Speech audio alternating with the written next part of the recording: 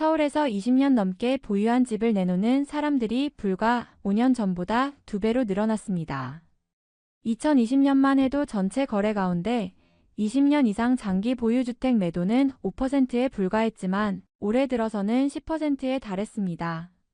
단순한 변화가 아닙니다. 한 세대가 평생 지켜온 집을 떠나기 시작했다는 건 우리 사회의 큰 변화를 보여주는 신호입니다. 집값이 올랐으니 당연히 팔아차익을 실현하려는 거 아니냐고 생각할 수 있습니다. 하지만 실제 현장을 들여다보면 이야기가 전혀 다릅니다.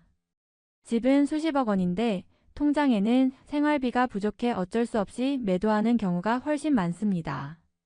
30억 원짜리 아파트를 가진 은퇴 부부가 매달 170만 원으로 생활하다가 결국 집을 팔 수밖에 없었던 사례가 대표적입니다. 장부상으로는 부자이지만 실제 삶은 가난한 이른바 부동산 거지라는 표현이 나오는 배경입니다.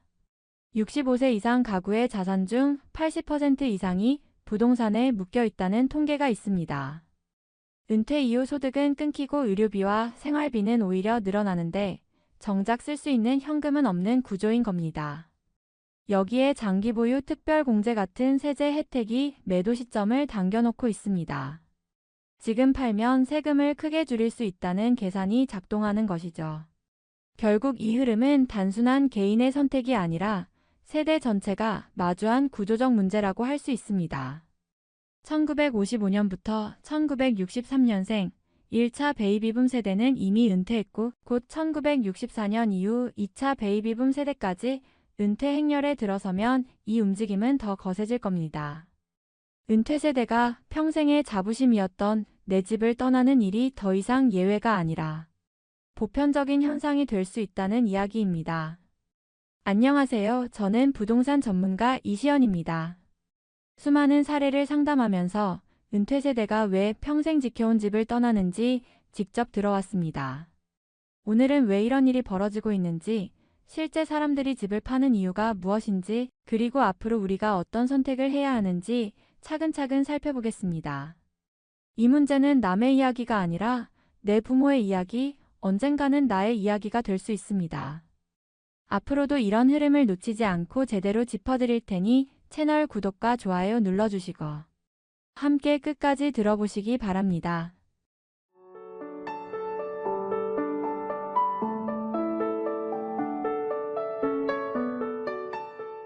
1. 음마아파트 부부. 1995년 직장 생활을 하던 최 씨 부부는 대치동 음마아파트를 1억 5천만 원에 장만했습니다. 그 당시만 해도 대출을 받아도 직장인 월급으로 갚아 나갈 수 있는 수준이었고 음마아파트는 평범한 중산층이 도전할 수 있는 아파트였습니다. 세월이 흘러 30년 가까이 그 집에서 살아왔습니다. 자녀를 키우고 은퇴를 하고 이제는 노후를 보내야 할 나이가 됐습니다. 집값은 놀라울 정도로 뛰었습니다. 지금 시세는 30억 원이 넘습니다. 장부상으로는 억만장자가 된 것이나 다름없습니다. 하지만 정작 두 사람이 합쳐받는 연금은 한 달에 170만 원 정도. 통장에 들어오는 돈으로는 생활비와 병원비를 감당하기 턱없이 부족했습니다. 최 씨 부부는 결국 결정을 내렸습니다. 평생의 추억이 담긴 음마아파트를 28억 원에 매도하고 송파구의 17억 원대 아파트로 이사했습니다. 남은 차액으로 생활비를 충당하기 위해서였습니다. 집을 팔고 이사를 했지만 마음은 편치 않았습니다. 30억짜리 집이 있었는데 정작 쓸 돈이 없어 팔 수밖에 없었다. 부부의 이 말은 지금 은퇴 세대가 처한 현실을 그대로 보여줍니다. 2. 누도강 부천 주거 환경 개선을 위한 매도. 강남처럼 수십억짜리 아파트를 가진 은퇴 세대만 집을 내놓는 것은 아닙니다. 서울의 강북권 이른바 누도강이나 수도권, 부천 등지에서도 20년 이상 살아온 집을 파는 움직임이 빠르게 늘고 있습니다. 그런데 이 지역의 사연은 조금 다릅니다. 노원구의 62세 박 씨는 20년 넘게 낡은 아파트에 살아왔습니다. 자녀들은 모두 독립했고 부부만 남아 살다 보니 넓은 평수는 필요하지 않았습니다. 문제는 주거 환경이었습니다. 오래된 단지는 엘리베이터 고장과 잦은 수리, 관리비 부담이 컸습니다. 겨울에는 난방비가 만만치 않았고 여름에는 집이 덥고 습했습니다. 은퇴 후 매달 들어오는 연금은 제한적이었기에 이런 비용들이 더 크게 느껴졌습니다. 결국 박 씨 부부는 노원구에 집을 매도하고 경기도 인근 신축 소형 아파트로 이사했습니다. 시세 차익이 크지는 않았지만 대신 깨끗한 집에서 관리비 부담을 줄이고 남은 차액 일부를 생활비로 활용할 수 있게 되었습니다. 박 씨는 큰돈을 벌자는 생각은 없었다. 이제는 집에서 불편함 없이 사는 게 가장 큰 목표라고 말했습니다. 부천의 한 60대 부부 역시 마찬가지였습니다. 수십 년간 살아온 오래된 아파트를 팔고 같은 지역의 신축 아파트로 옮겼습니다. 아이들이 찾아와도 관리가 수월하고 의료시설과 교통 편의성이 좋은 곳을 택한 겁니다. 이처럼 강북이나 수도권에서 집을 내놓는 은퇴세대는 거액의 현금을 만들기보다 노후에 더 편안하고 안락한 생활을 위해 집을 옮기는 경우가 많습니다. 3. 집을 팔 수밖에 없는 3가지 이유. 첫째, 생활비 부족입니다. 은퇴하면 가장 먼저 사라지는 게 소득입니다. 30대, 40대에는 매달 월급이 들어왔지만 60대 후반이 되면 연금 외에는 새로운 수입원이 없습니다. 그런데 지출은 줄지 않습니다. 병원비, 관리비, 생활비가 꾸준히 늘어납니다. KB금융지주 경영연구소 조사에 따르면 부부가 은퇴 후 적정한 생활을 하기 위해 필요한 비용은 월 369만 원입니다. 하지만 실제 조달 가능한 금액은 평균 200만 원 남짓입니다. 매달 150만 원 가까운 적자가 발생한다는 얘기입니다. 조사에서도 은퇴 가구 57%가 생활비가 부족하다고 답했습니다. 결국 이 부족분을 메우기 위해 가장 큰 자산인 집을 매도하게 되는 것입니다. 둘째, 자산의 불균형입니다. 통계청 조사에 따르면 65세 이상 고령층의 자산 중 80% 이상이 부동산에 묶여 있습니다. 금융자산 비중은 15에서 20% 수준에 그칩니다.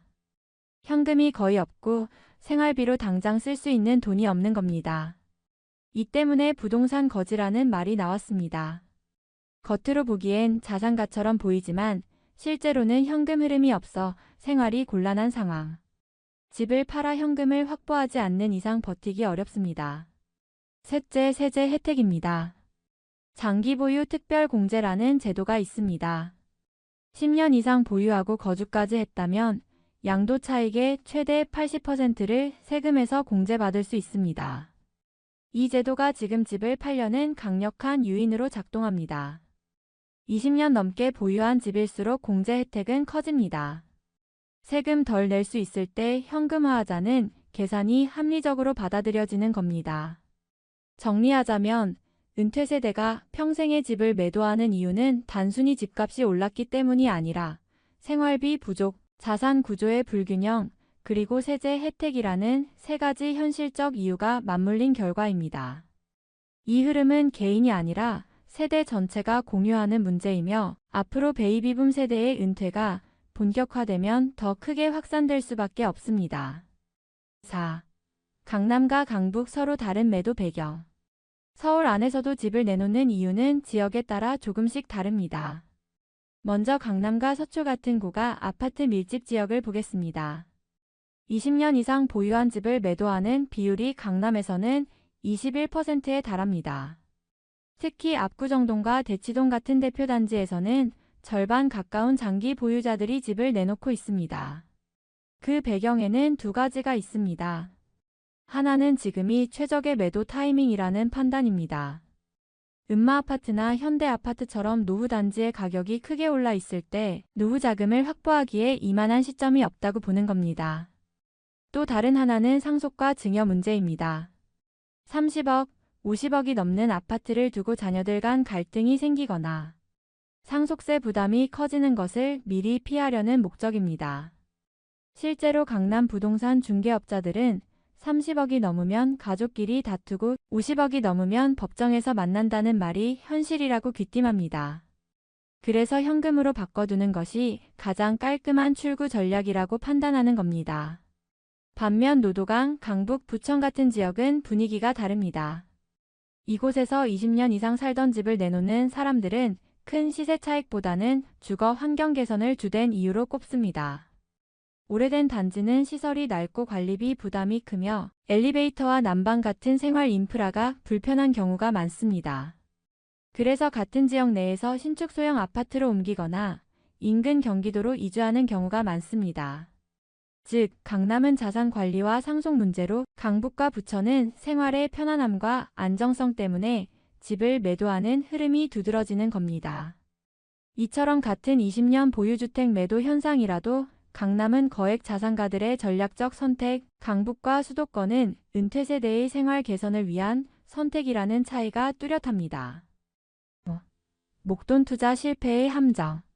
집을 팔아 현금을 확보했다고 해서 모든 문제가 해결되는 것은 아닙니다.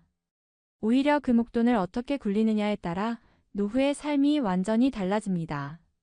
잘못된 선택은 평생 모은 재산을 단숨에 잃게 만들 수도 있습니다. 60대 김씨 부부의 사례가 대표적입니다. 이 부부는 은퇴 후 생활비와 노후 자금을 위해 오래 살던 아파트를 매도했습니다. 그리고 남은 돈 가운데 6억 원을 들여 신도시의 1층 상가를 분양받았습니다. 분양업체가 브랜드 커피숍 입점이 확정돼 안정적인 임대 수익이 나온다고 약속했기 때문입니다. 대출 6억 원까지 끼어 총 12억 원을 투자한 결과 처음에는 실제로 커피숍이 들어와 월세가 잘 나왔습니다. 하지만 불행은 오래가지 않았습니다. 2년 만에 커피숍이 철수했고 후속 임차인을 구하지 못하면서 상가는 1년 넘게 공실 상태가 됐습니다. 매달 대출 이자와 관리비만 빠져나가면서 노후 자금은 빠르게 바닥나기 시작했습니다. 결국 김씨 부부는 집을 팔아서 얻은 돈으로 더 힘든 처지가 될 줄은 몰랐다며 후회했습니다. 이런 경우는 드문 예외가 아닙니다. 실제 상담 현장에서는 집을 팔아 목돈을 마련한 뒤 상가나 무리한 투자에 올인했다가 낭패를 보는 사례가 적지 않습니다. 오히려 집을 그대로 두고 주택연금을 활용했으면 더 안정적이지 않았을까 하는 아쉬움을 남기는 경우도 많습니다. 즉, 집을 팔아서 생긴 목돈 자체가 중요한 게 아니라 그 돈을 어떻게 관리하고 운용하느냐가 노후를 좌우한다는 사실을 반드시 기억해야 합니다. 6. 다가올 더 큰 흐름 베이비붐 세대 은퇴 본격화. 지금 20년 이상 보유주택 매도가 2배로 늘어난 것은 시작에 불과합니다. 앞으로 그 규모는 훨씬 커질 수밖에 없습니다. 이유는 바로 베이비붐 세대의 은퇴가 본격화되고 있기 때문입니다. 우리나라 1차 베이비붐 세대는 1955년부터 1963년 사이에 태어난 약 700만 명입니다. 이들은 이미 대부분 은퇴 연령대에 들어섰습니다. 직장 소득은 끊겼고 연금만으로 생활하기엔 부족합니다. 그래서 지금 나타나는 집 매도 현상의 주축이 바로 이 세대입니다. 하지만 더 주목해야 할 것은 2차 베이비붐 세대입니다. 1964년부터 1974년 사이에 태어난 약 950만 명으로 숫자도 1차보다 많습니다. 현재 이들은 50대 후반에서 60대 초반에 해당하며 곧 본격적인 은퇴에 들어섭니다. 은퇴 후 생활비 부족, 자산 불균형, 세제 혜택 같은 요인들이 동일하게 작용할 수밖에 없습니다. 즉, 지금은 1차 베이비붐 세대가 집을 팔기 시작한 단계라면 앞으로는 2차 베이비붐 세대까지 가세해 그 흐름이 한층 거세질 가능성이 큽니다.